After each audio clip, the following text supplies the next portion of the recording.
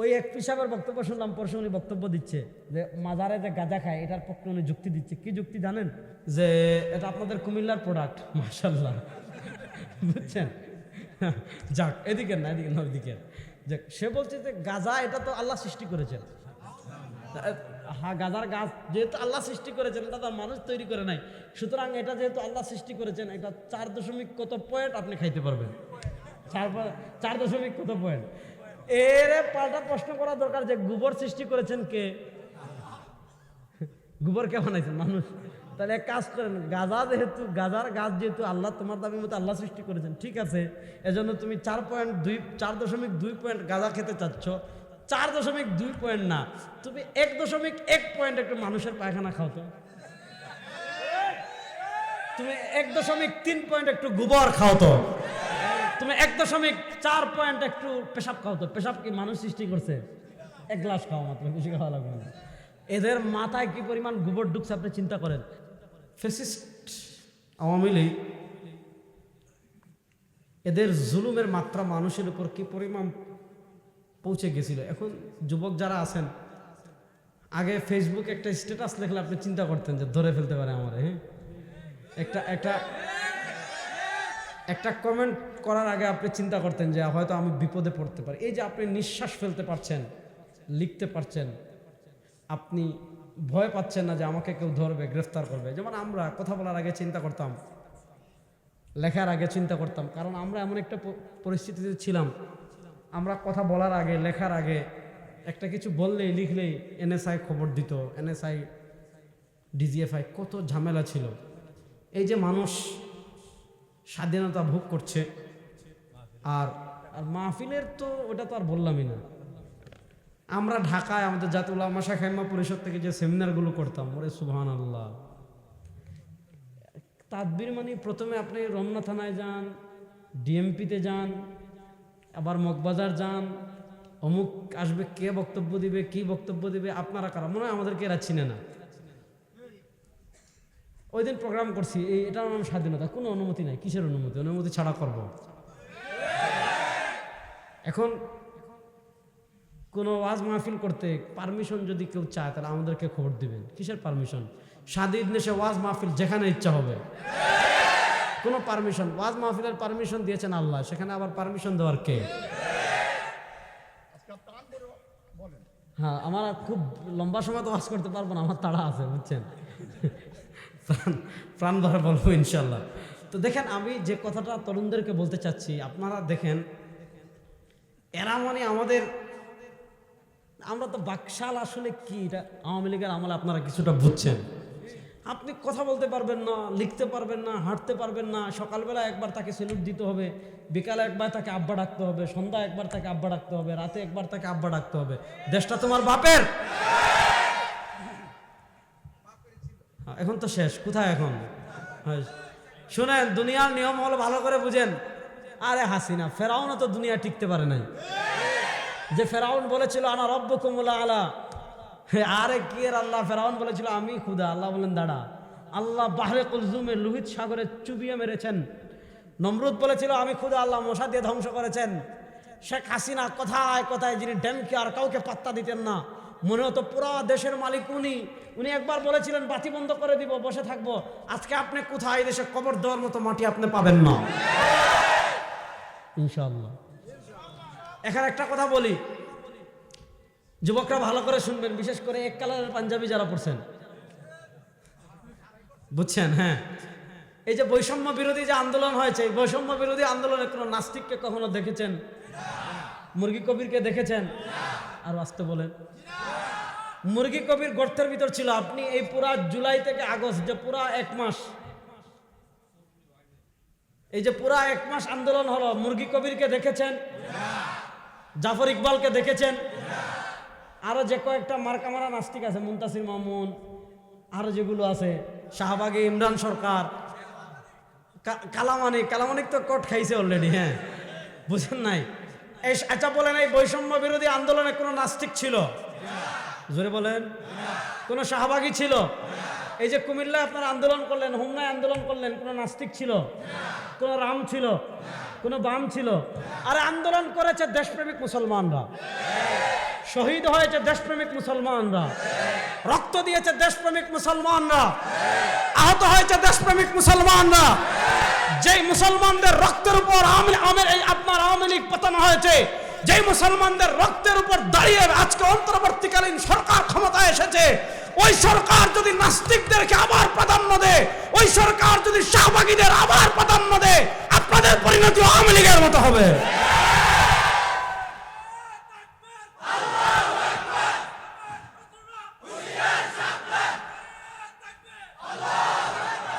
বাকি এই আন্দোলনে আমাদেরকে একটা মেসেজ দিয়েছে কি জানেন? বাংলাদেশে যারা ইসলামকে কাট করতে চাইবেন, যারা ভারতের টাকা খেয়ে, যারা আমেরিকার টাকা খেয়ে, যারা পৃথিবীর কোন পরাশক্তির টাকা খেয়ে বাংলাদেশ থেকে ইসলামকে বিতরণ করতে চাইবেন, কোরআনকে বিতরণ করতে চাইবেন, হাদিসকে বিতরণ করতে চাইবেন, নবী করিম সাল্লাল্লাহু আলাইহি ওয়াসাল্লামের আদর্শকে বিতরণ করতে চাইবেন, আপনারা পলায়ন করে দেশ ছাড়তে বাধ্য হবেন। ইসলাম এই দেশে থাকবে। ইসলামের প্রশ্নে আমরা কখনো কোনো আপোষ করব না? বলেন, কখনো কোনো আপোষ করব না? এবার দেখেন, বৈষম্য বিরোধী আন্দোলন হয়েছে। এই ফ্যাসিস্ট আওয়ামী লীগ গত 15 বছরের সবচেয়ে বেশি বৈষম্য যাদের সাথে করেছে এরা হলো ইসলাম, মুসলমানদের সাথে। আপনারা দেখেছেন এই 15 বছরে, যুবকরা বলেন, মুরব্বীরা বলেন, যে হিন্দু তার মাথায় টিপ পরে, যে বৌদ্ধ পৈতা পরে, যে খ্রিস্টান ক্রুশ ব্যবহার করে, তাদের ধর্মীয় চিহ্ন ব্যবহার করার কারণে, কোন হিন্দু তার ধর্মের প্রতীক ব্যবহার করার কারণে, কোন বৌদ্ধ তার ধর্মের প্রতীক বর্ণনা ব্যবহার করার কারণে, কোন খ্রিস্টান সে ক্রুশ পরিধান করার কারণে কোথাও অপদস্থ হয়েছে, লাঞ্ছিত হয়েছে, চাকরি থেকে বঞ্চিত হয়েছে। চাকরি থেকে এরকম কোনো উদাহরণ বাংলাদেশে আছে? এর বিপরীত আছে। এক শাহবাগীকে এক পুলিশ সদস্য, এটা বলছে কিনা প্রমাণিত না, এক শাহবাগীকে এক পুলিশ সদস্য বলেছিল যে আপনি টিপ পরেছেন কেন? এটা বলার কারণে এই পুলিশ সদস্যের চাকরি চলে গিয়েছিল। তো আমি যেটা বলতে চাচ্ছি, এই আওয়ামী লীগ শুধু না, স্বাধীনতার পর থেকে বাংলাদেশে যে সমাজ, যে শ্রেণী সবচেয়ে বেশি বৈষম্যের শিকার হয়েছে, ওই শ্রেণীর নাম হলো মুসলমান। আপনি দেখেছেন বিভিন্ন ভার্সিটিতে হিজাব পরার কারণে আমার বোনদেরকে হেনস্থা করা হয়েছে। বিভিন্ন সেক্টরে আমার যে সকল ভাইরা আর্মি বলেন, পুলিশ বলেন, বিভিন্ন প্রতিষ্ঠানে দাড়ি রাখার কারণে হেনস্থার শিকার হয়েছে, আছে না নাই? এরপরে আপনার ভার্সিটিতে যে ছেলেটা নামাজ পড়ে, দেখেন ছাত্রলীগ কত খারাপ ছিল। এরা ঢাকা ভার্সিটিতে তালাশ করতো কারা ফজরের নামাজ পড়ে। এই যে ফজরের নামাজ পড়তো তাকে জঙ্গি মনে করা হতো। আমাদের পরিচিত ভার্সিটির অনেক ছেলে পেলে আছে যারা আমাদের কাছে আছে, তারা মসজিদে ভয়ে যেত না। আপনি চিন্তা করেন, আপনি ফিলিস্তিন বানিয়ে ফেলেছিল আমাদের। আবার দেখেন বিভিন্ন জায়গায় আপনারা দেখেছেন আলেমদের কাছে গিয়ে ফাজাইলে আমল পেয়েছে। ফাজাইলে আমল বইটা মসজিদে পড়ে না, দেখেন নাই? এটা জঙ্গি বই। ফাজাইলে আমল, এই সকল মিশকাত শরীফ, এগুলাকে জঙ্গি বই বলে। এদেশের প্রকৃত ইসলামপন্থী যারা স্কুলে পড়ে, ভার্সিটিতে পড়ে, এই ধরনের যুবকদেরকে জঙ্গির ট্যাগ লাগিয়ে, এই ধরনের যুবকদেরকে মিথ্যা মামলা দিয়ে বছরের পর বছর আয়না করে রাখা হয়েছিল। তাদের পরিবার থেকে তাদেরকে দূরে রাখা হয়েছিল, তাদেরকে গুম করা হয়েছিল, তাদের নামে মিথ্যা মামলা দিয়ে তাদের ফ্যামিলিকে ধ্বংস করে দেওয়া হয়েছিল। এরকম বৈষম্য ইসলামের সাথে করা হয়েছে কি হয় নাই? আপনারা দেখেছেন এমন কোন বৈষম্য নাই এরা ইসলামপন্থীদের সাথে করে নাই। পৃথিবীর ইতিহাস সাক্ষী। আপনি ইসলাম পূর্ব যুগে, আমি যাব না, আপনি ইসলামের 1400 বছরের ইতিহাস দেখেন। যারা ক্ষমতা পেয়ে, সৈন্য দিয়ে, অস্ত্র দিয়ে, ক্ষমতা দিয়ে, সেনাবাহিনী দিয়ে, আর্মি দিয়ে যারা মনে করেছিল ইসলামকে বিতাড়ন করে দিবে, 1400 বছরের ইতিহাস দেখেন, পৃথিবী থেকে তারা নিঃশেষ হয়ে গিয়েছে। ইসলাম এখনো আছে। আওয়ামী লীগকে দেখেন, তারা ভারতের টাকা খেয়ে, টাকা খেয়ে এই বাংলাদেশকে ভারতের অঙ্গরাজ্য পরিণত করতে চেয়েছিল। আজকে আওয়ামী লীগের নাম নিশানা নাই, বাংলাদেশে ইসলাম ছিল, আছে, থাকবে ইনশাআল্লাহ। আর যারা মনে করবেন সামনে, যে পৃথিবীতে আপনি কোনোভাবে ইসলামকে মাইনাস করবেন, এইটা করার আগে 5 তারিখের একবার গণভবনের যে বঙ্গভবনের না গণভবনের যে চিত্র, এটা একটু ভিডিও দেখবেন। যে আপনি ইসলামকে মাইনাস করতে চাইবেন, ইসলামকে মাইনাস করলে পরিণতি কি হয়, এটা একটু এটা পরিকল্পনায় আনার আগে একটু 5 তারিখের সংসদ ভবন দেখবেন, একটু 5 তারিখের শাহবাগ দেখবেন, একটু 5 তারিখের গণভবন দেখবেন, তারপর বাংলাদেশ থেকে ইসলাম মাইনাস করার ষড়যন্ত্র করবে। দেখেন, আমরা অন্তর্বর্তীকালীন সরকারের বিরোধী না, আমরা অন্তর্বর্তীকালীন সরকারকে আমাদের জায়গা থেকে সর্বোচ্চ সহযোগিতা করছি। এবং দেখেছেন বাংলাদেশে এক সপ্তাহ পুলিশ ছিল না। দেখেন, আওয়ামী লীগ কখনো প্রথমে 5 আগস্ট আওয়ামী লীগের পতনের পর প্রথম আওয়ামী লীগ ফিরে এসেছিল হিন্দু লীগ হয়ে, প্রথম আওয়ামী লীগ এসেছিল কি লীগ হয়ে। দেখেন, পৃথিবীতে আমি আপনাদেরকে একটা কথা চ্যালেঞ্জ করে বলি, পৃথিবীতে বাংলাদেশের মুসলমান যতটুকু সহিষ্ণু, পৃথিবীতে বাংলাদেশের মুসলমান যতটুকু ধৈর্যশীল, পৃথিবীতে মুসলমানরা যে পরিমাণ, বাংলাদেশের মুসলমান যে পরিমাণ ধর্মীয় সম্প্রীতির রক্ষা করে এই পর্যন্ত এসেছে, আপনি আমাদের নিকটবর্তী ভারতের ইতিহাস দেখেন, যারা আমাদেরকে অসাম্প্রদায়িক বাংলাদেশের গল্প শোনায়, ওই সকল ছাগলদেরকে জিজ্ঞাসা করা দরকার, তোমরা আমাদেরকে অসাম্প্রদায়িক বাংলাদেশের গল্প শোনাও, অথচ ভারতে দেখো আমাদের বাবরি মসজিদকে শহীদ করা হয়েছে, শত শত মসজিদকে বুলডোজার দিয়ে গুলিয়ে দেওয়া হয়েছে, অসংখ্য মুসলমানকে সাম্প্রদায়িক দাঙ্গায় প্রাণ দিতে হয়েছে। গুজরাটের কসাই নরেন্দ্র মোদী গুজরাটে মুসলমানদের রক্তের বন্যা বইয়ে দিয়েছে। আপনারা দেখেছেন দিল্লিতে দাঙ্গা হয়েছে, আপনারা দেখেছেন আসামে দাঙ্গা হয়েছে। পৃথিবীর ভারতের যেই প্রদেশে মুসলমান সংখ্যাগরিষ্ঠ, সেখানে দিনের পর দিন মুসলমানের রক্ত ঝরছে। কাশ্মীরে ঝরছে, দিল্লিতে ঝরেছে, গুজরাটে ঝরেছে, হায়দ্রাবাদে ঝরেছে, আসামে ঝরেছে। অথচ আমাদের ইসলাম আমাদেরকে শিক্ষা দিয়েছে, যখন 5ই আগস্ট ফ্যাসিস্ট আওয়ামী লীগ সরকারের পতন হয়েছে, আমরা জানি হিন্দুদের ভিতর আওয়ামী লীগের দালাল ছিল, হিন্দুদের ভিতর আওয়ামী লীগের চামচা ছিল, হিন্দুদের ভিতর আওয়ামী লীগের সুবিধাভোগী ছিল। আমরা জানি ওই হিন্দুরা, ওই আওয়ামী লীগরা হিন্দু ভেষে মন্দিরে হামলা করতে পারে। এদেশের তাওহীদপন্থী মুসলমানেরা তখন মন্দির পাহারা দিয়েছে, যাতে ফ্যাসিস্টরা কোনো সহযোগিতা নিতে না পারে। আমাদের ইসলামী আন্দোলন পাহারা দিয়েছে, হেফাজতে ইসলাম পাহারা দিয়েছে, দেয় নাই? দেয় নাই? মুরব্বীরা বলেন না, দেয় নাই?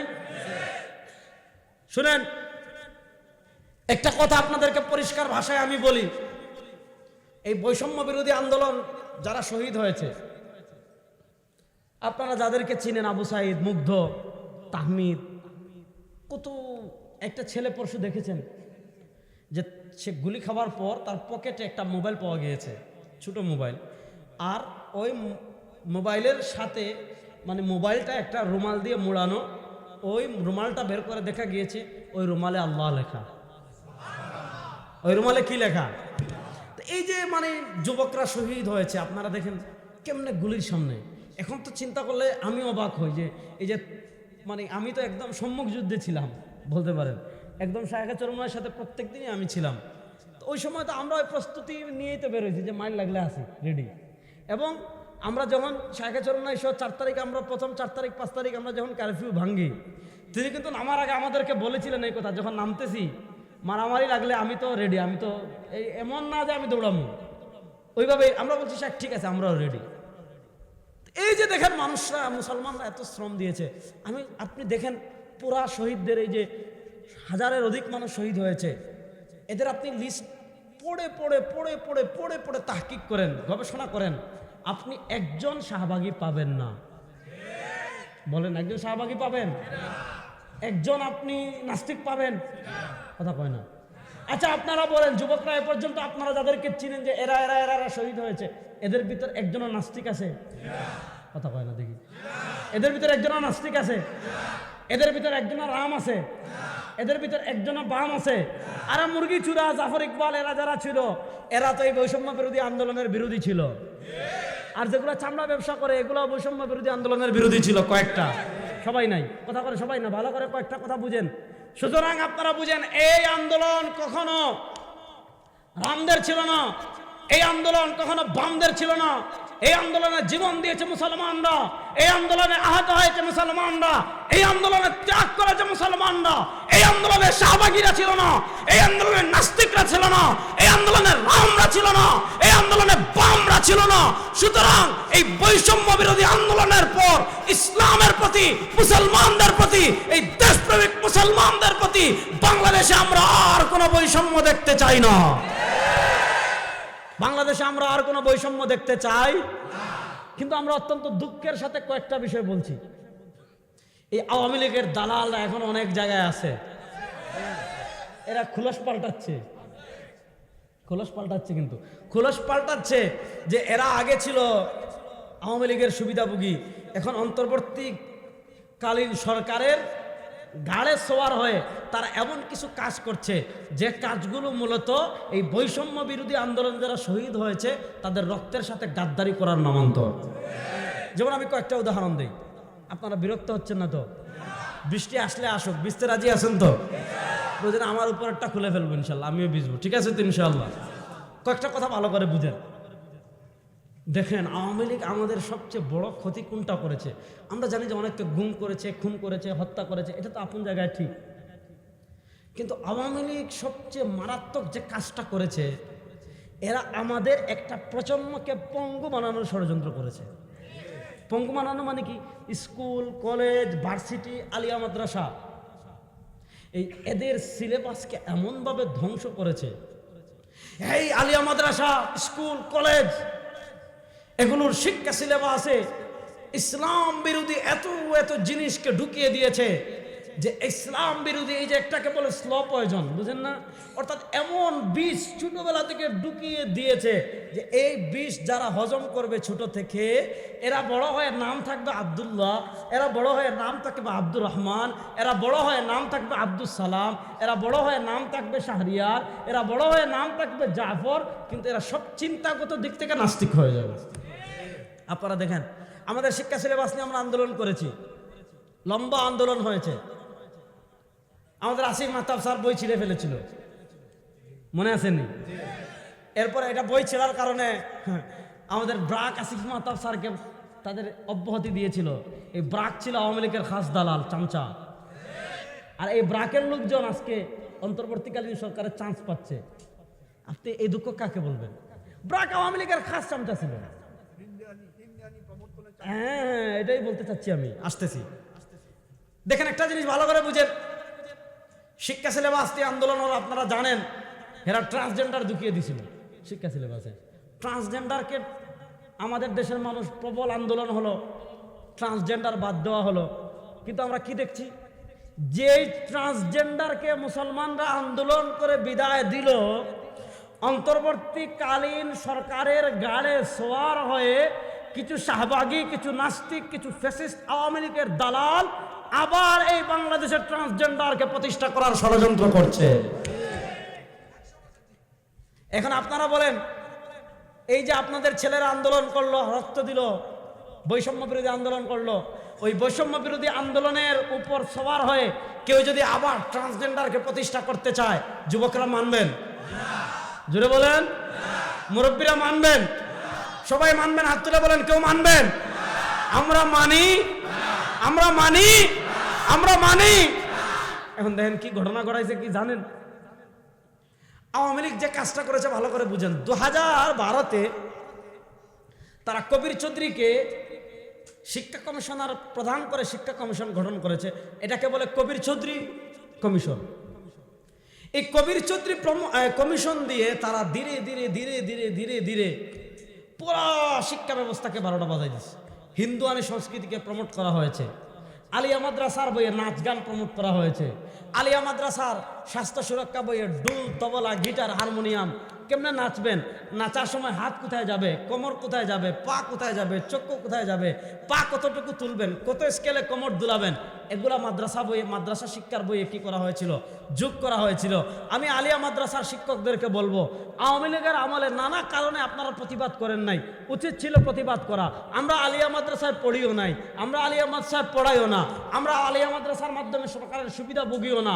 তারপরে আমরা সর্বোচ্চ হুমকি সামনে রেখে কওমি মাদ্রাসার উলামা একরাম, দেশপ্রেমিক সাধারণ জনগণ এটার পক্ষে প্রতিবাদ করেছে, আওয়াজ তুলেছে, সব কিছু করেছে।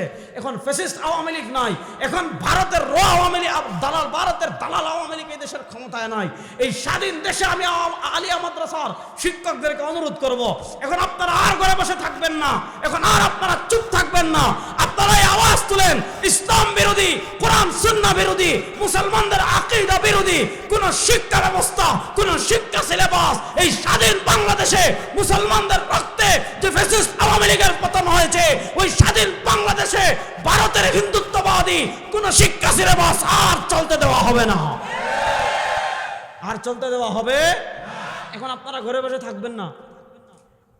এখন দেখেন ঘটনা কি ঘটছে, এটা বলার জন্য আমি এত লম্বা ভূমিকা দিচ্ছি। আপনারা বিরক্ত হচ্ছেন না তো? আমি যেটা আপনাদেরকে বুঝাতে চাচ্ছি আমি আপনাদেরকে বলতেছি, একটু সবর করেন। একটু না, 1 মিনিট সবর করলেই হবে, 1 মিনিটের বেশি সবর করা লাগবে না। দেখেন 2021 সালে আপনারা দেখলেন যে শিক্ষা সিলেবাস হলো, 2021 সালের শিক্ষা সিলেবাসে আপনার আওয়ামী লীগকে, এই আওয়ামী লীগ দেখছেন ট্রান্সজেন্ডারকে ঢুকিয়েছে, আরো অনেক বিতর্কিত অনেক জিনিসকে তারা কি করেছে, শিক্ষা সিলেবাসে কি করেছে, অ্যাড করেছে। আমরা ওদিন শিক্ষামন্ত্রীর সাথে বৈঠক করলাম, শিক্ষা উপদেষ্টার সাথে। এই যে মুফতি সাখাওয়াত হোসেন রাজি সাহেব আসবেন, উনিও ছিলেন, শেখ আহমদুল্লাহ উনি ছিলেন, হাফিজাহুল্লাহ। তারপর আপনার এই যে শেখ আহমদ, এই আমাদের ইসলামী আন্দোলনের যুগ্ম মহাসচিব গাজী আতাউর রহমান সাহেব ছিলেন, আমাদের এরপর আব্দুল্লাহ সাইফুল্লাহ ভাই ছিলেন, সচেতন নাগরিক সমাজের আহ্বায়ক। আমাদের লামাজাবি ঘরানা থেকে আমাদের প্রফেসর মুখতার স্যার ছিলেন, জামাত ঘরানা থেকে ওনাদের উলামা পরিষদের সভাপতি যে খলিলুর রহমান মাদানী সাহেব ছিলেন। তো ওনারা আমাদেরকে আশ্বস্ত করেছেন যে শিক্ষা সিলেবাস 2021 বাতিল করা হবে, এবং আমি যতটুকু জানি এটা করা হয়েছে। এখন শিক্ষা সিলেবাস যে পরিমার্জন হবে, এটা যে সংস্কার হবে, আমরা দেখেছি অন্তর্বর্তীকালীন সরকারের একটা গেজেট আমাদের কাছে এসেছে যে এখানে 10 জনের একটা কমিটি করা হয়েছে। কয়জনের? এই 10 জনের কমিটি কিসের? জাতীয় শিক্ষাক্রম ও পাঠ্যপুস্তক বোর্ড এনসিটিবি কর্তৃক প্রণীত ও মুদ্রিত সকল পাঠ্যপুস্তক সংশোধন ও পরিমার্জন কার্যক্রম সুস্পষ্টভাবে সম্পন্ন ও সমন্বয়ের লক্ষ্যে নিম্নোক্ত সমন্বয় কমিটি গঠন করা হলো। অর্থাৎ এই যে পাঠ্যপুস্তক পরিমার্জন হবে, সংস্করণ হবে, এটার জন্য 10 জনের কমিটি গঠন করা হয়েছে। কিন্তু দুঃখের সাথে আমরা বলি, এই যে মুসলমানরা এত আন্দোলন করলো, এত রক্ত দিল, মাদ্রাসার ছাত্র প্রায় 74 জন শহীদ হয়েছে। কয়জন? 74 জন। এর ভিতর 20-এর অধিক হলো হাফিজে কোরআন। কিন্তু আমরা অত্যন্ত কষ্টের সাথে এটা বলছি, আমি জানি না যে এটা কে করেছে। এখানে আমি 2 জনের নাম বলি। যেমন দেখেন এখানে 3 নম্বর যার নাম অধ্যাপক কামরুল হাসান মামুন, পদার্থবিজ্ঞান বিভাগ, ঢাকা বিশ্ববিদ্যালয়। এই লোকটা চিহ্নিত শাহবাগী এবং ইসলাম বিরোধী। এই যে কামরুল হাসান মামুন, যে এই লোকটা চিহ্নিত ইসলাম বিরোধী এবং শাহবাগী। সে জানেন কি, এই যে আমরা কোরবানির দিন পশু জবাই করি না, এটার জন্য তার এত মায়া যে আমরা পশু হত্যা করতেছি। তারপর সে পর্দা নিয়ে কটূক্তি করেছে, এবং ধর্মের কারণে নারী অধিকার থেকে বঞ্চিত হয়েছে, এটা নিয়ে কটূক্তি করেছে। বুয়েট থেকে তাবলিগ ছাত্ররা তাবলিগে বের হয়, এটা নিয়ে কটূক্তি করেছে। এবার বলেন, যে শাহবাগী হিজাবকে নিয়ে কটূক্তি করে, নারীকে নিয়ে কটূক্তি করে, নারী বিষয়ক ইসলামের আইন নিয়ে কটূক্তি করে, তাবলিগকে নিয়ে কটূক্তি করে, এখন আপনারা বলেন এই ধরনের চিহ্নিত ইসলাম বিরোধী লোক, আপনার ছেলে স্কুলে কি বই পড়বে? আপনার ছেলে আলিয়া মাদ্রাসায় কি বই পড়বে? আপনার মেয়ে কি বই পড়বে? আপনার সন্তান কি বই পড়বে? এটা সম্পাদনা করবে কে? এটা পরিমার্জন করবে কে? এই ধরনের চিহ্নিত একজন শাহবাগী, এটা আপনারা চান? যুবকরা বলেন, কারা কারা চান না দেখে একটু হাত তোলেন তো। এটা আমরা কেউ চাই? এটা হলো একটা, এই হলো এক চিজ। আরেকজনের নাম বলি। 5 নম্বরের নাম হলো সামিনা লুৎফা নিবরা, সহকারী অধ্যাপক, সমাজ বিজ্ঞান বিভাগ, ঢাকা বিশ্ববিদ্যালয়। সে কি জানেন? সে গতবার যখন ট্রান্সজেন্ডার প্রসঙ্গ এসেছে, সে ট্রান্সজেন্ডারকে সমর্থন করেছে। এখন আমরা জানি না এই কাজগুলো কারা করেছে, আমরা জানি না, কিন্তু আমরা দাবি করব যে এই ধরনের চিহ্নিত 2 জন যে ইসলাম বিরোধী রয়েছে, আমাদের দাবি অত্যন্ত সুস্পষ্ট। এই দুইজনকে এই যে আপনারা পাঠ্যপুস্তক সংশোধন এবং পরিমার্জন কমিটিতে রেখেছেন, কি কারণে রেখেছেন আমরা জানি না, কারা রেখেছে আমরা জানি না, কাদের কারণে রেখেছে আমরা জানি না, না জেনে রেখেছেন কিনা তাও জানি না।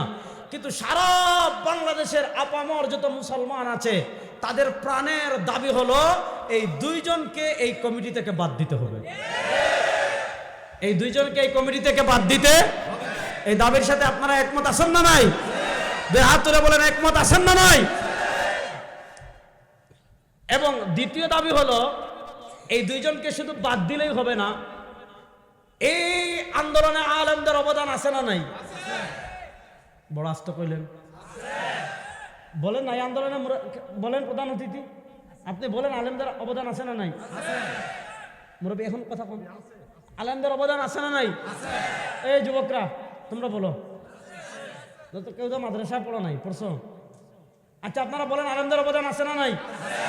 তাহলে এই আলেমদের অবদান শুধু আলেমদের না, আপনি কোন কথা কোরআন হাদিস বিরোধী, কোন কথা আপনার পড়লে আমার ছেলে নাস্তিক হয়ে যাবে, আমার ছেলের ঈমান থাকবে না, এগুলো বুঝতে হলে আলেমদের প্রয়োজন আছে না নাই? তাহলে এই কমিটিতে একজন আলেমকে অন্তর্ভুক্ত করার প্রয়োজন আছে না নাই? সুতরাং এই কমিটিতে 1 নম্বর একজন আলেমকে যোগ করতে হবে। 2 নম্বর হলো সাধারণ ধর্মপ্রাণ মানুষ। সারা বাংলাদেশকে অচল করে দিয়েছিল আমাদের পলক ভাই, নেট বন্ধ করে দিয়েছিল উনি, পলকে পলকে চুকের পলকে নেট বন্ধ করে দিয়েছিল। আচ্ছা, এই নেট বন্ধ করার পরে দেশের সাধারণ মানুষ কত কষ্ট করে রাজপথ দখল করে রেখেছিল। এই সাধারণ মুসলমানদের প্রতিনিধিত্ব করে এমন একজন মুসলমান শিক্ষাবিদ ধর্মবিদকেও এই কমিটিতে অন্তর্ভুক্ত করতে হবে এবং নাস্তিক শাহবাগীদেরকে এই কমিটি থেকে বাদ দিতে হবে। যদি বাদ না দেন খেলার জন্য আমরা রেডি। কথাবার্তা ক্লিয়ার? যদি বাদ না দেন খেলার জন্য 92% মুসলমান রেডি। ওই মুসলমান আওয়ামী লীগের গুলির সামনে মিয়া বুক পেতে দিয়েছে, 15 বছরের ফ্যাসিস্টের সামনে যারা বুক পেতে দিয়েছে, 2 মাসের অন্তর্বর্তীকালীন সরকারকে মোকাবেলা করার জন্য এরা কিন্তু প্রস্তুত। সুতরাং আপনাদেরকে বলবো, দেশে আগুন লাগাবেন না, দেশের মুসলমানদেরকে আবার রাজপথে নামতে বাধ্য করবেন না। অতি শীঘ্রই এই 2 নাস্তিককে কমিটি থেকে বাদ দেন। যদি কমিটি থেকে বাদ না দেন, এই 2 নাস্তিককে টেনে হিচড়ে নামানোর জন্য এই দেশের মুসলমান প্রস্তুত থাকবে ইনশাআল্লাহ। ইসলামের প্রশ্নে আমরা কাউকে এক চুল ছাড় দিব? বলেন, ইসলামের প্রশ্নে আমরা কাউকে এক চুল ছাড় দিব? এই একটা বিষয় বললাম, প্রথম বিষয় শেষ। এবার দ্বিতীয় বিষয় আসব। দ্বিতীয় বিষয় আলোচনা করে আমি আমার আলোচনা শেষ করব ইনশাআল্লাহ। দ্বিতীয় বিষয় আসেন, বৈষম্য বিরোধী আন্দোলন নিয়ে কথা বললাম। এবার আসেন, আমরা বারবার অতীতে ধোঁকা খেয়েছি, আমরা রক্ত দেই, আমরা আন্দোলন করি, আমরা শহীদ হই, কিন্তু মাথায় কাঁঠাল খায় আরেকজন। আচ্ছা বলেন, 1971 যে মুক্তিযুদ্ধ হলো, এই মুক্তিযুদ্ধ কি ইসলামের বিরুদ্ধে ছিল? জীবনেও না। একটা কথা ভালো করে বুঝবেন, যুবকরা ভালো করে শুনেন। আজকে আমাদের দেশে একদল শাহবাগী বুদ্ধিজীবী আছে। এই শাহবাগী বুদ্ধিজীবীরা বলে মুক্তিযুদ্ধের সবচেয়ে বড় চেতনা হলো ধর্মনিরপেক্ষতা। পড়েন নাউজুবিল্লাহ। অথচ মুক্তিযুদ্ধের যতগুলা সনদ আছে, আপনি 69-এর গণ অভ্যুত্থানের দাবি দেখবেন, 70-এর নির্বাচনের দাবি দেওয়া দেখবেন, আপনি মুজিবনগর সরকারের ঐতিহাসিক 6 দফা দেখবেন, কোথাও আপনি সেকুলারিজম ধর্মনিরপেক্ষতা পাবেন না। অর্থাৎ মুক্তিযুদ্ধের কোন ঐতিহাসিক দলিলে যে এই দেশের বাংলাদেশকে পাকিস্তান থেকে আলাদা করা হচ্ছে, এই বাংলাদেশকে পাকিস্তান থেকে আলাদা করার যে যুদ্ধ হচ্ছে, এটার একটা মৌলিক কারণ হলো ইসলামকে বিয়োগ করে বাংলাদেশে মুক্তিযুদ্ধ প্রতিষ্ঠা করা। আপনি 52-র ভাষা আন্দোলন থেকে 70-এর নির্বাচন পর্যন্ত আসেন, কোথাও সেকুলারিজম বা ধর্মনিরপেক্ষ এই শব্দ আপনি পাবেন না। প্রথম যখন 72 সালে সংবিধান প্রণয়ন করা হলো, আপনারা জানেন কামাল সাহেব ভারতে গিয়ে সংবিধান লিখেছিলেন। এটা আপনারা জানেন কি জানেন না? এই যে গণফোরাম নাকি একটা দল আছে না, গণফোরাম, হ্যাঁ, তো গণফোরামের যে এই যে প্রধান যে ডক্টর কামাল, উনি কি করলেন, সংবিধান ভারতে গিয়ে লিখলেন, ওই ভারতের প্রথম 72-এর যে সংবিধান, ওই সংবিধানে প্রথম সেকুলার তথা সেকুলারিজম তথা ধর্মনিরপেক্ষতা আসলো। 72-এর আগে মুক্তিযোদ্ধারাও জানতো না যে আমরা সেকুলারিজম ধর্মনিরপেক্ষতা প্রতিষ্ঠার জন্য মুক্তিযুদ্ধ করছি। যারা জীবন দিয়েছে তারাও জানতো না যে আমরা ধর্মনিরপেক্ষতা প্রতিষ্ঠার জন্য জীবন দিচ্ছি। যারা রাজপথে মুক্তিযুদ্ধ করেছে তারাও জানতো না যে আমরা সেকুলারিজম প্রতিষ্ঠার জন্য কি করছি, মুক্তিযুদ্ধ করছি। 72-এ এসে মুক্তিযোদ্ধারা প্রথম জেনেছে এই যে যুদ্ধ হয়েছে সেকুলারিজম প্রতিষ্ঠার জন্য। এটা কি হাস্যকর বিষয় দেখেন। আপনারা জানেন 72-এর প্রথম সংবিধানে সেকুলারিজম আসলো। শেখ মুজিব সাহেব 71 থেকে 72, 73, 74, 75-এর 15ই আগস্ট উনি মারা গেলেন। এই 4 বছরে সংবিধান সংশোধন হয়েছে 4 বার। বুঝেন, এই 4 বছরে সংবিধান সংশোধন হয়েছে 4 বার। জিয়াউর রহমান সাহেব, শহীদ জিয়াউর রহমান সাহেব যখন প্রেসিডেন্ট হলেন তখন সংবিধানের 5ম সংশোধনী হলো। মুসলমানদের দাবিকে তিনি সর্বোচ্চ গুরুত্ব দিয়ে এই সেকুলারিজমকে বাদ দিয়ে সংবিধানে একটা ধারা যোগ করলেন, আল্লাহর উপর পূর্ণ আস্থা এবং বিশ্বাস। আল্লাহর উপর পূর্ণ, কথা বলে না কেন, আল্লাহর উপর পূর্ণ আস্থা এবং এটা আমাদের ঈমান। আল্লাহর উপর পূর্ণ আস্থা আছে না নাই? কেউ যদি বলে না আল্লাহর উপর পূর্ণ আস্থা না নাই, কিছু আল্লাহর উপর আর কিছু রামের উপর ঈমান আছে না গেছে? যে আল্লাহর উপর পূর্ণ আস্থা বিশ্বাস নাই, অর্ধেক আল্লাহর উপর আর অর্ধেক দুর্গা দেবীর উপর ঈমান আছে না গেছে? আমরা বলি পূর্ণ আস্থা বিশ্বাস একমাত্র কার উপর?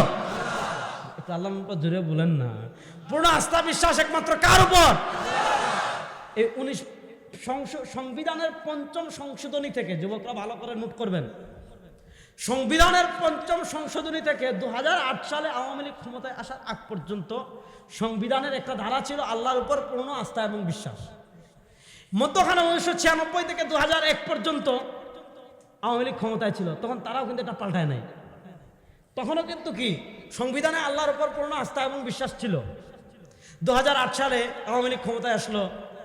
বিচারপতি খায়রুল কাবির স্বপ্রণোদিত হয়ে, এই প্রধান বিচারপতি ছিল, সে কতগুলো আকাম করেছে। একটা আকাম করেছে সংবিধান থেকে আল্লাহর উপর পূর্ণ আস্থা বিশ্বাস বাদ দিয়েছে।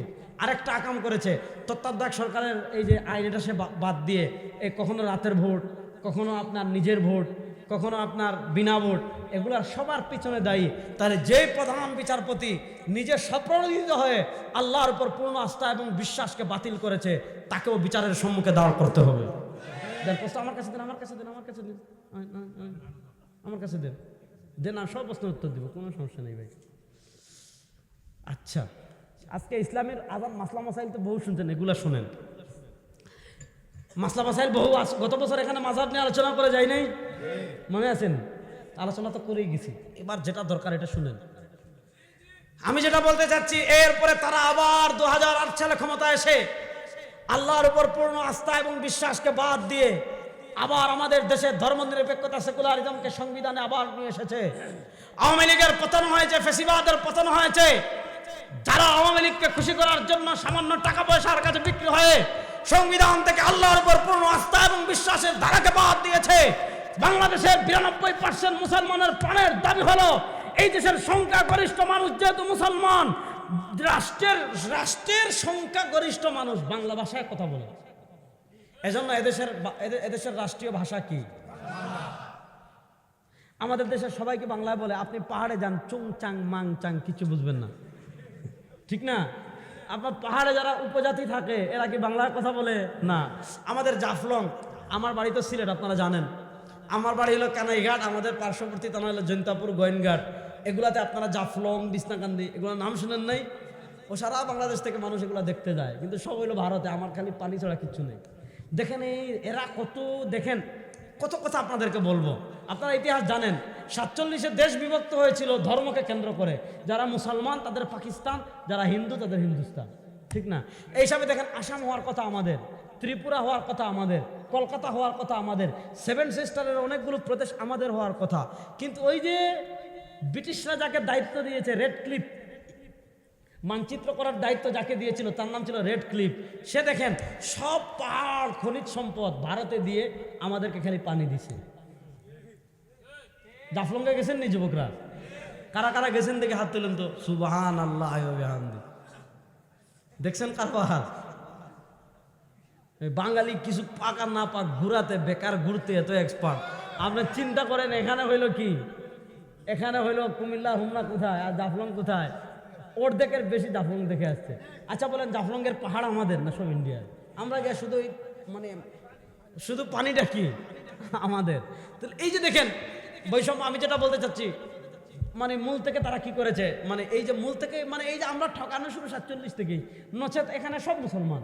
আমাদের এই এলাকায় যারা থাকে অনেক সময় ইন্ডিয়ার আজানে তারা ইফতার করে ফেলে, পরে বুঝে যে আজানটা ইন্ডিয়া হয়েছে, এরকম হয়। তো আমি যেটা আপনাদেরকে বোঝাতে চাচ্ছি যে আমাদের ওই জাফলংয়ের আশেপাশে চা বাগান আছে, প্রচুর চা বাগান আছে বড় বড়। এখানে খাসিয়ারা থাকে, তাদের ভাষা আপনি বুঝবেন না। তারা তো বাঙালি, আমরা বাঙালি না, আমরা বাংলাদেশি। বলেন আমরা কি না বাংলাদেশি? এখন তারা কিন্তু বাংলা ভাষায় কথা বলে না, তারপরে এদেশের রাষ্ট্রীয় ভাষা বাংলা কেন? কারণ এদেশের সংখ্যাগরিষ্ঠ মানুষ কথা বলে বাংলা ভাষায়। তাহলে রাষ্ট্রের সংখ্যাগরিষ্ঠ মানুষ বাংলা ভাষায় কথা বলার কারণে, যদি রাষ্ট্রের ভাষা হয় বাংলা, এদেশের সংখ্যাগরিষ্ঠ মানুষ মুসলমান হওয়ার কারণে এদেশের রাষ্ট্রীয় ধর্ম হবে ইসলাম। সেকুলারিজম এই দেশে চলতে পারে না। অনেকে বলবে যে তাহলে রাষ্ট্রের তো ধর্ম নাই, রাষ্ট্র ধর্ম দিয়ে কি করবে? রাষ্ট্র তো নামাজ পড়বে না, রোজা রাখবে না, রাষ্ট্রের তো মুখ নাই, রাষ্ট্র তো কথা বলে না, তাহলে ভাষা লাগে কেন? কুযুক্তি দেখেন যে রাষ্ট্রের তো বডি, এরা তো নামাজ পড়বে না, রোজা রাখবে না, হজ করবে না, হ্যাঁ, ওয়াজও করবে না। এনে যদি আপনি মনে করেন এই হুমনার মাটিকে দেন যে আবরা সাহেবের বদলা ওয়াজ কর, পারবে না। তাহলে তাদের যুক্তি হলো রাষ্ট্রের তো নামাজ নাই, রোজা নাই, তো রাষ্ট্রের তো মুখ নাই, তাহলে রাষ্ট্র ভাষা দিয়েছেন কেন? যেই যুক্তিতে রাষ্ট্র ভাষা হয়েছে বাংলা, একই যুক্তিতে এদেশের রাষ্ট্রীয় ধর্ম হবে ইসলাম। এদেশের সংবিধানে সেকুলারিজম চলতে পারে। আপনি দেখেন আল্লাহর উপর পূর্ণ আস্থা বিশ্বাস বাদ দিয়ে দিয়েছে। সুতরাং আমাদের প্রাণের দাবি, সংবিধানে আল্লাহর উপর আস্থা এবং বিশ্বাস এটা পুনরায় স্থাপিত হোক। আপনারা চান কি চান না? কারা কারা চান? নারায়ে তাকবীর, জোরে কোন নারায়ে তাকবীর, দেন স্লোগান দেন।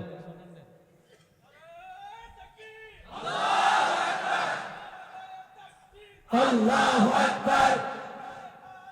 ঘরে ঘরে জালো আসমানের আলো, আমার নেতা তোমার নেতা, সব সমস্যার সমাধান। আল্লাহু আকবার। শুনেন, এখন স্লোগান দেবেন আল কোরআনের আলো সংসদে জ্বালো। কারণ সংসদে কোরআন জ্বালাইতে পারলে সব সমস্যার অটোমেটিক সমাধান। আর এই নাস্তিকরা চায় যে কোরআন তোর ঘরে থাকুক, ঘরে তুই কোরআন নিয়ে থাক। নাস্তিকরা চায় তোমার ঘরে কোরআন দিয়ে যা ইচ্ছা করো, আমাদের আপত্তি নাই। সংসদে কোরআন আনা যাবে না, আইন আদালতে কোরআন আনা যাবে না, সংবিধানে কোরআন আনা যাবে না। এখন সময় এসেছে, মুসলমানদের রক্তে এই দেশ স্বাধীন হয়েছে, এই দেশের সংসদ, এই দেশের আদালত, এই দেশের প্রত্যেকটা সেক্টর কোরআনের আলোয় আলোকিত হবে।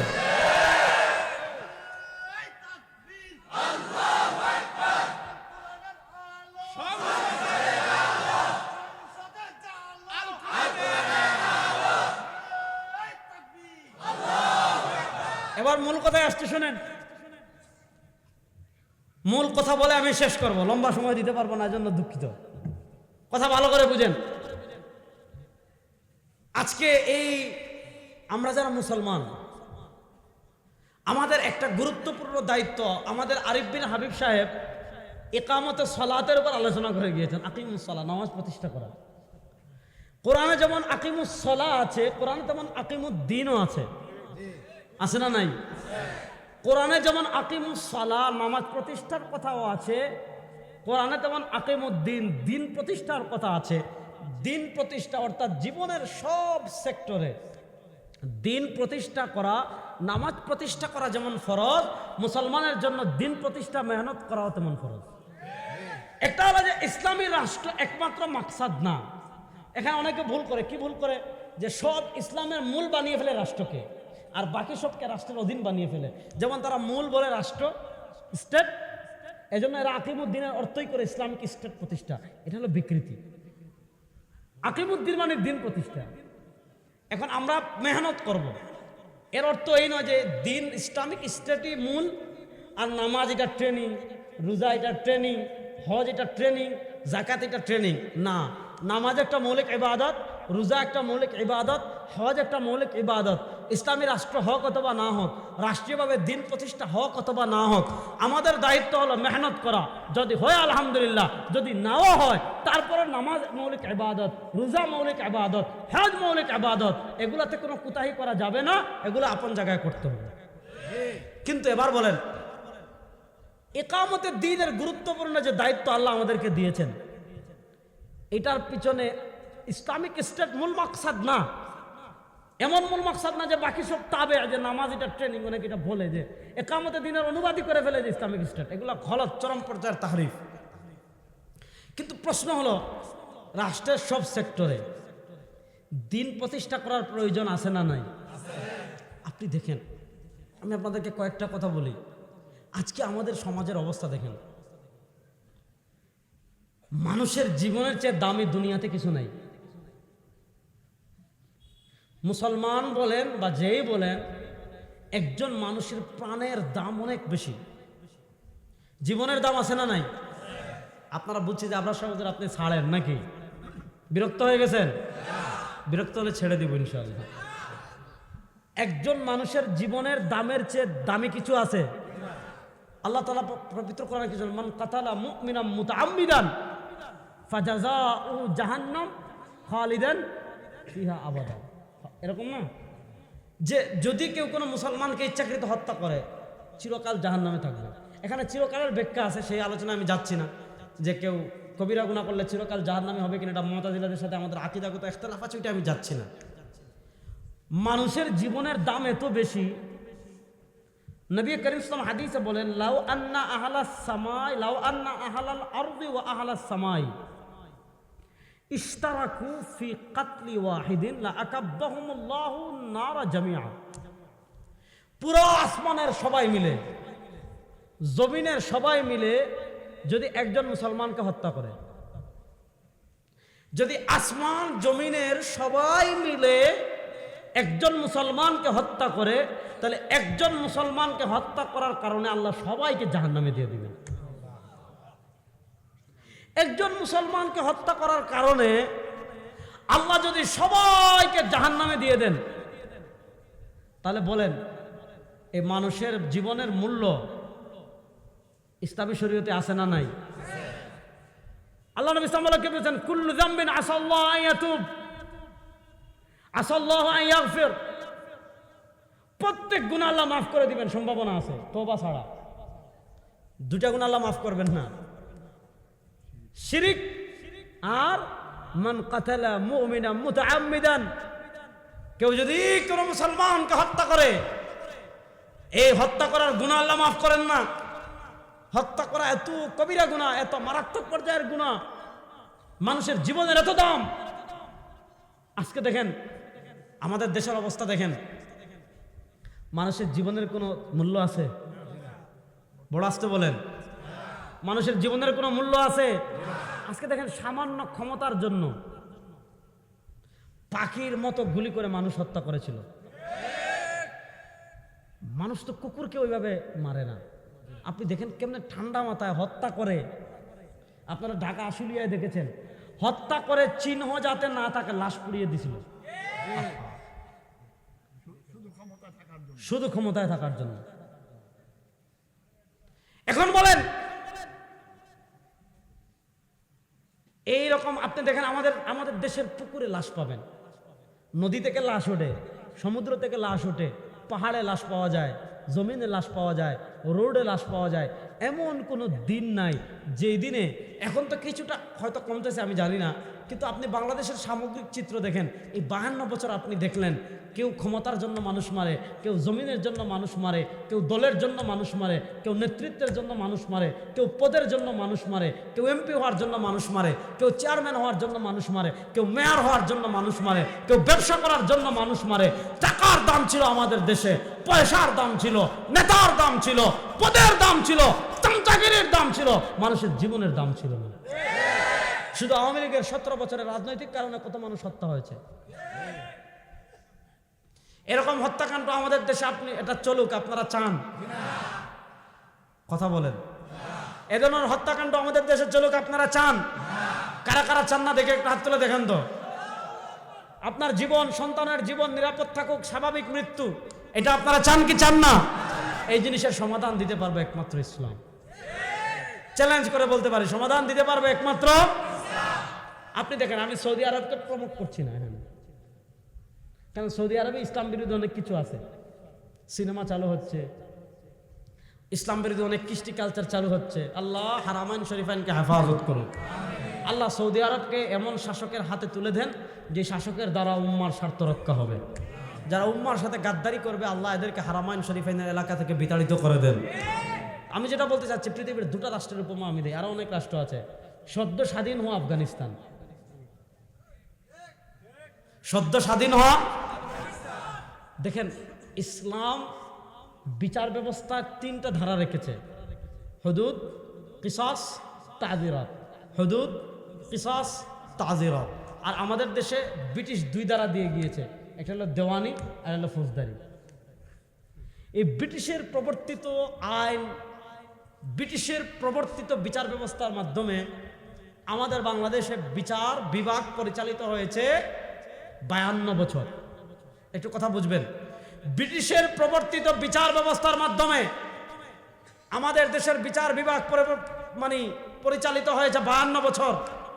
এই 52 বছরে আপনারা বলেন, যাদের আত্মীয় স্বজন খুন হয়েছে, যাদেরকে অন্যায়ভাবে খুন হয়েছে, তাদের 10% কি ন্যায় বিচার পাইছে? মুরব্বীরা বলেন, তাদের 10% ন্যায় বিচার পাইছে? আর এই বিচার ব্যবস্থা দিয়ে হত্যাকাণ্ড বন্ধ করা সম্ভব হয়েছে? বরং যে একটা খুন করেছে জেল থেকে বের হয়ে আরো বড় খুন করেছে, যে চোর হয়ে জেলে ঢুকেছে এটা ডাকাত হয়ে বের হয়েছে, যেটা ছিনতাইকারী হয়ে জেলে ঢুকেছে ওটা চোর হয়ে বের হয়েছে, যেটা জুতা চুরি করে জেলে ঢুকেছে ওটা মোবাইল চুর হয়ে বের হয়েছে। তারা কি হয়েছে দেখেন। কেন হয় আমি কারণটা বলি, এই কারণটা ব্যাখ্যা করে আমি আমার আলোচনা সামনের দিকে নিয়ে 2-4টা পয়েন্ট কথা বলে শেষ করব। কেন হয়েছে ভালো করে বুঝেন। এটা হওয়ার কারণ হলো আমাদের দেশের বিচার ব্যবস্থা যেটা রয়েছে এটা শুভঙ্করের ফাঁকি আছে। কেমন শুভঙ্করের ফাঁকি আছে দেখেন, যার ভাই হত্যা করা হলো, দিবালোকে প্রকাশ্যে কুপিয়ে হত্যা করা হয়েছে, আসামিকে গ্রেফতার করা হয়েছে, সারা দুনিয়ার চোখের মিডিয়ার সামনে তাকে হত্যা করেছে, চোখের সামনে হত্যা করেছে, শত শত সাক্ষী আছে।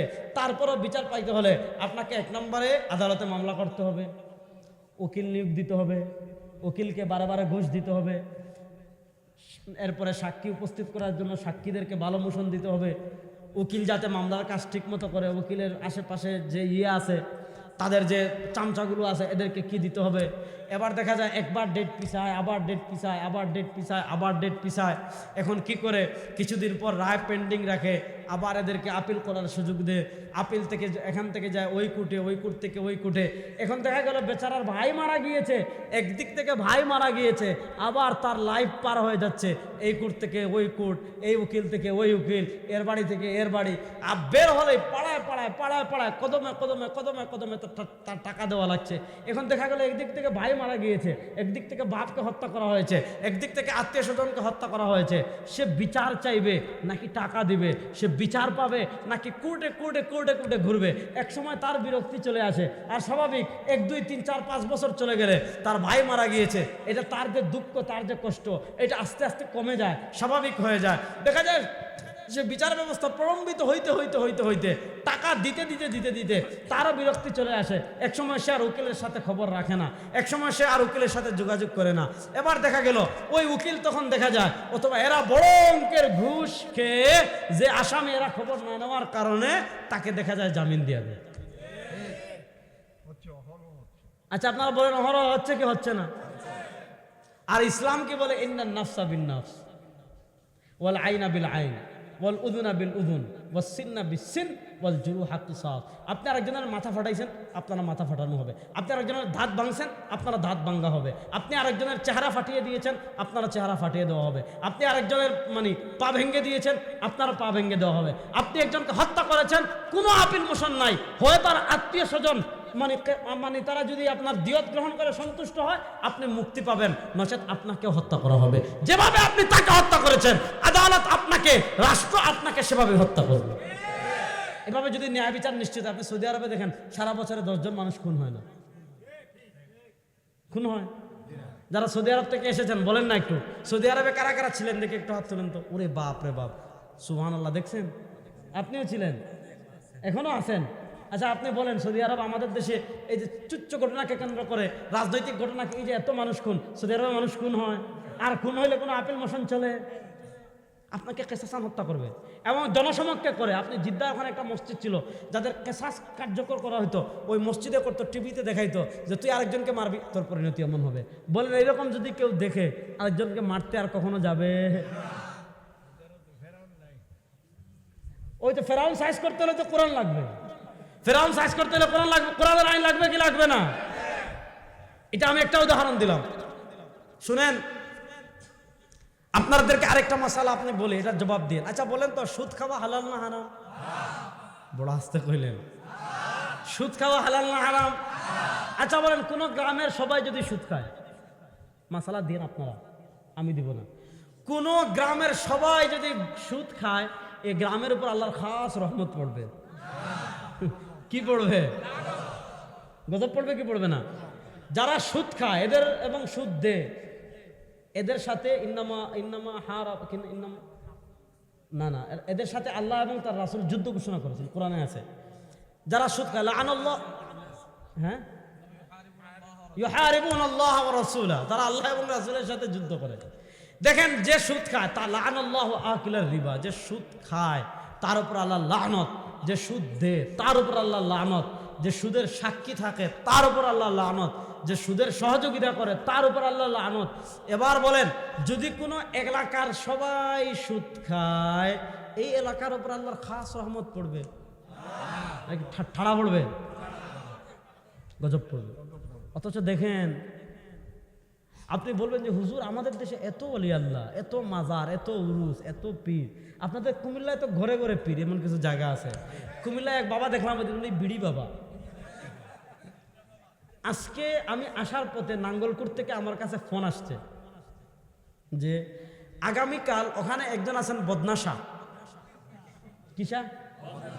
এই বদনাশার মুরিদেরা টিওনো অফিসে আলেমদের সাথে বাহাসে বসবে। এখন তারা বলছে, ভাই আবরার সাহেব আপনাকে ইমার্জেন্সি আসতে হবে। আমি বলছি, এই বদনা লুটা খেটা এদের সাথে বাহাস করার সময় আমার নাই। আপনি বলবেন আমাদের দেশে এত পীর, চাঁদপুর মতলবে গেলে ওখানে আছে ল্যাংটা শাহ। চাঁদপুর মতলবে বেশি দূর না। ওরে আল্লাহ রে, উরুস যখন হয় রাস্তাঘাট বন্ধ, আর 3 দিন আপনি এলাকায় যাইতে পারবেন না গাজার গন্ধে, বুঝছেন?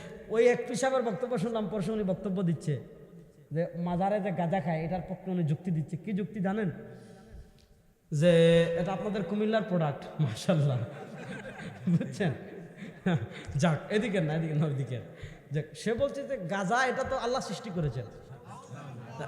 হ্যাঁ, গাঁজার গাছ যেহেতু আল্লাহ সৃষ্টি করেছেন, এটা তো মানুষ তৈরি করে নাই, সুতরাং এটা যেহেতু আল্লাহ সৃষ্টি করেছেন, এটা 4 কত পয়েন্ট আপনি খাইতে পারবেন। 4 কত পয়েন্ট। এর পাল্টা প্রশ্ন করা দরকার যে গোবর সৃষ্টি করেছেন কে? গোবর কে বানাইছেন? মানুষ। তাহলে এক কাজ করেন, গাজার গাছ যেহেতু আল্লাহ, তোমার দাবি মতো আল্লাহ সৃষ্টি করেছেন, ঠিক আছে, এজন্য তুমি 4.2 পয়েন্ট গাঁজা খেতে চাচ্ছ। 4.2 পয়েন্ট না, তুমি 1.1 পয়েন্ট একটু মানুষের পায়খানা খাও তো। তুমি 1.3 পয়েন্ট একটু গোবর খাও তো। তুমি 1.4 পয়েন্ট একটু পেশাব খাও তো। পেশাব কি মানুষ সৃষ্টি করছে? 1 গ্লাস খাও মাত্র, বেশি খাওয়া লাগবে না। এদের মাথায় কি পরিমাণ গোবর ঢুকছে আপনি চিন্তা করেন। তো এই যে এত পীর, ঘরে ঘরে পীর, কিন্তু দেখেন এই বাংলাদেশের অর্থনীতি দাঁড়িয়ে আছে সুদের উপর। এই বাংলাদেশের অর্থনীতি দাঁড়িয়ে আছে কার উপর? আপনারা জানেন এই বাংলাদেশ $100 বিলিয়ন বিদেশি ঋণ। যারা অর্থনীতি নিয়ে পড়াশোনা করেন তারা জানেন আমাদের বাংলাদেশের বৈদেশিক ঋণ আছে $100 বিলিয়ন। সবচেয়ে বেশি ঋণ দিয়েছে চায়না, চীন, এবং এই ঋণের ভিতরে সৌদি আরবও আছে। আচ্ছা বলেন, এই যে আমাদের দেশে যখন বাজেট বাড়তি দেখা, এই জুন মাসে যখন বাজেট পেশ করে, প্রত্যেক বছর দেখবেন বাজেটে বিশাল একটা পরিমাণ ঘাটতি রেখে বাজেট পেশ করে।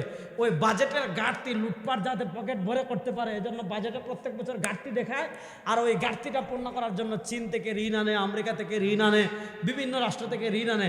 আচ্ছা বলেন, এই যে $100 বিলিয়ন আমাদের দেশের ঋণ আছে, এই ঋণ আপনার মাথায়ও আছে, এই ঋণ যদি ভাগ করে দেওয়া হয় আপনাদের প্রত্যেকের মাথায় 1.5 লাখ টাকা করে ঋণ।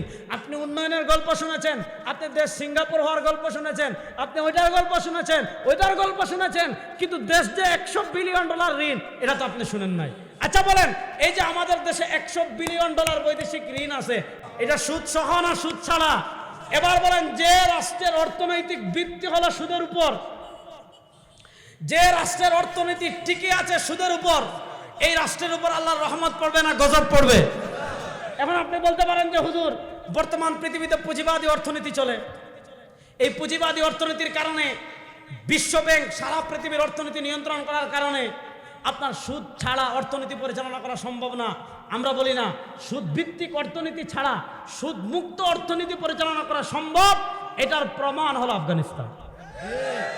সুতরাং আমাদের দেশে অর্থনীতি সুদ মুক্ত হোক, এটা আপনারা চান কি চান না? কারা কারা চান না দেখে হাত তুলেন, কারা কারা চান দেখে হাত তুলেন। এবার বলেন, সুদ মুক্ত অর্থনীতি যদি আপনি চান, আপনি যদি চান আপনার দেশের অর্থনীতি সুদমুক্ত হোক, আপনি যদি চান ব্যাংক ব্যবস্থা সুদমুক্ত হোক, আপনি যদি চান ঘরে ঘরে সুদমুক্ত সমাজ হোক, বাংলাদেশের রাষ্ট্র ক্ষমতা ইসলামকে নিতে হবে, বাংলাদেশ রাষ্ট্রীয়ভাবে ইসলাম প্রতিষ্ঠা করতে হবে। সুতরাং 52 বছরের নানা তন্ত্রমন্ত্র দেখেছেন, 52 বছরের নানা শাসন দেখেছেন, 52 বছরের নানা নেতা দেখেছেন, শুধু নেতার পরিবর্তন বারবার হয়েছে, এই দেশের ভাগ্যের পরিবর্তন হয় নাই। এবার নেতার সাথে নীতিরও পরিবর্তন করতে হবে। নীতির পরিবর্তনের জন্য আমরা একমত আছি তো ইনশাআল্লাহ। আল্লাহ রাব্বুল ইজ্জত ওয়াল জালাল যে কথাগুলো বললাম, আমাকে আপনাদের সবাইকে আমল করার তৌফিক দান করেন।